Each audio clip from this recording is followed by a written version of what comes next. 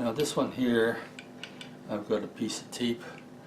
Got a piece of tape over the rear leaf spring for the rear sight, and that's because these guns have a habit of the sight moving around.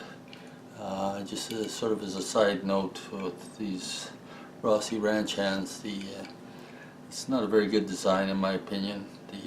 You notice I have this elevator ramp.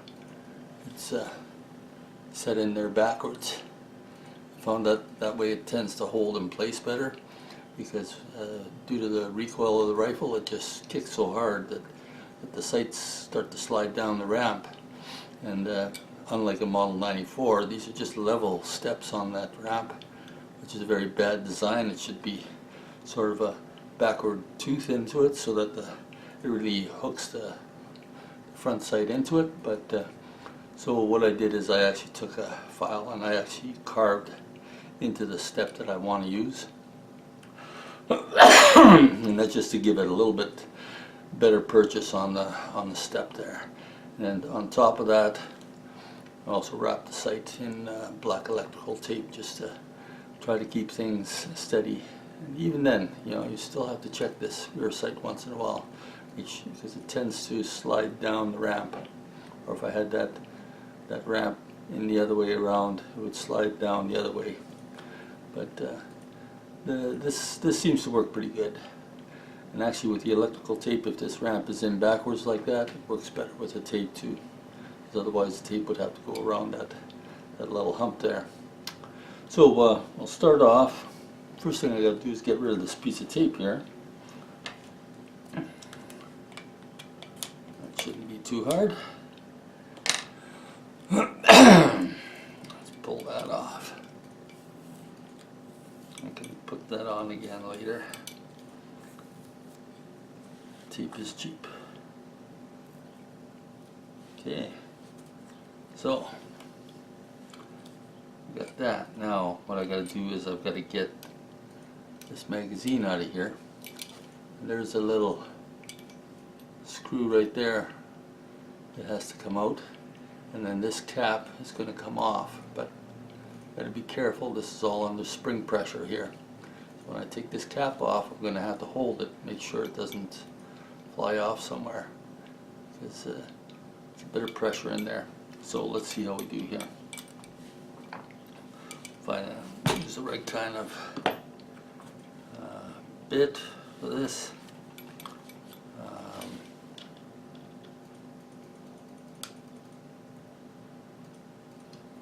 Maybe I'll try this guy here. Really want to be careful with what kind of bit you use on these guns, because one slip and then you screw up the. This doesn't seem to really get in there, so I'm gonna go with this guy here. Okay.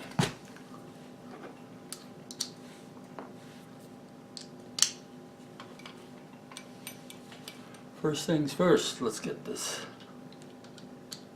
thing off of there. This is actually something useful to know too. If you, even in the field, you may have to take this magazine tube apart. Because if you put in a round that's a little bit overly long in the magazine, when it tries to cycle through the action, what you're going to end up with is the cartridge jammed inside the action. You can't move the lever backwards, you can't move it forward, and the gun is just locked. So then the only way to fix things is to take the magazine tube apart and pour the round out that way. Okay, so if I'm looking through here, I've got that bolt out. That bolt went all the way through to the barrel actually, and I'm going to let some pressure off on it. Okay, now as I do, see there's one side has a big hole and the other side has a shorter hole. So there's one side has Got a bit of a bevel on it. Okay, so here's our spring. Out she comes.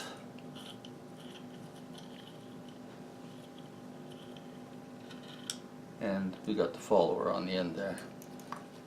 Now this is an aftermarket follower. I think it's actually an aftermarket spring I put into it too. The stock follower is a plastic one. I just didn't like it. But there is one advantage to the stock one, and it's brightly colored yellow, I think.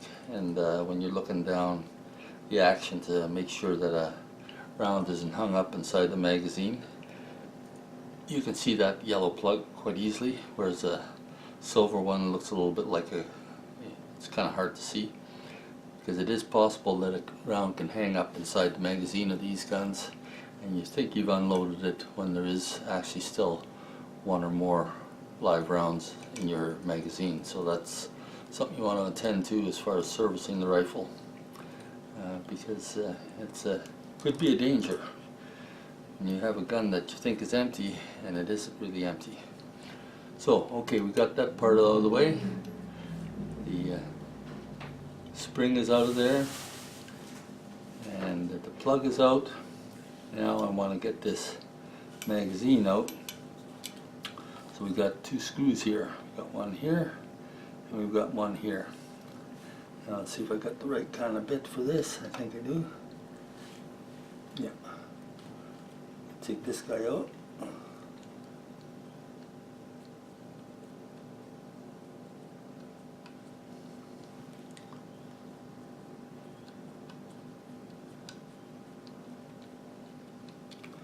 You can zoom in a little bit too.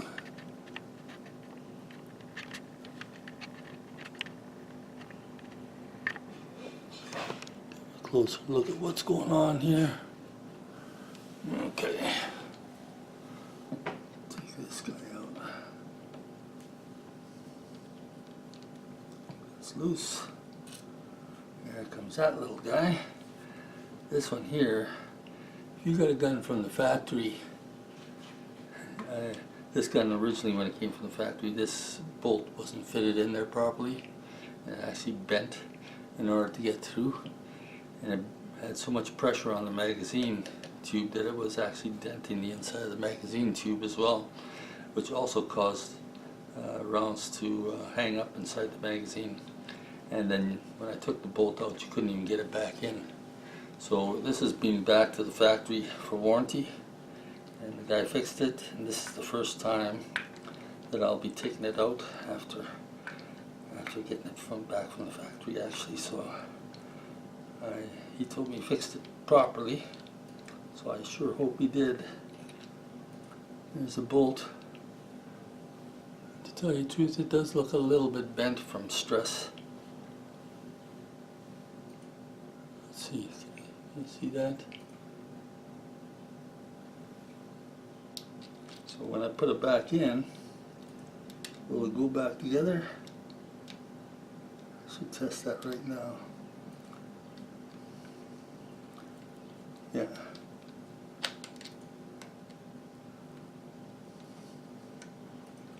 Yeah, it looks like this thing will go back together. So that's good. But this is not guaranteed with a Rossi. Unfortunately, some of their quality standards leave a bit to be desired. So actually, I really don't like to take this magazine tube apart for that reason. But now that it's apart, should be able to. This whole thing comes loose here, and I can just slide the here, I'll zoom back a little bit.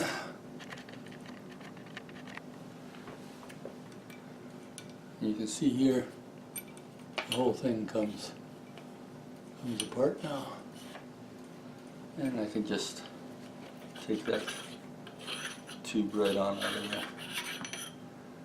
Now the tube, the big hole is going to be the one that, well, you can look at that there, eh? There's a little cut right through the top of that mag tube. I think they might have done that in order to make it fit from the factory. So that's sort of what you get with a Rossi, unfortunately. I had to do that to get the clearance because things weren't lined up, I think. So anyways, hopefully it's not bulging inside there. There's a bit of a groove inside through here too to get that bolt clearance. So if you're wondering which way it goes goes back in this way. And that big hole is for the plug. And that's about all there is to taking apart the Rossi. Now, I'm kind of tempted to just leave that front bracket on there if I don't need to take this all apart. But you can take your forearm off.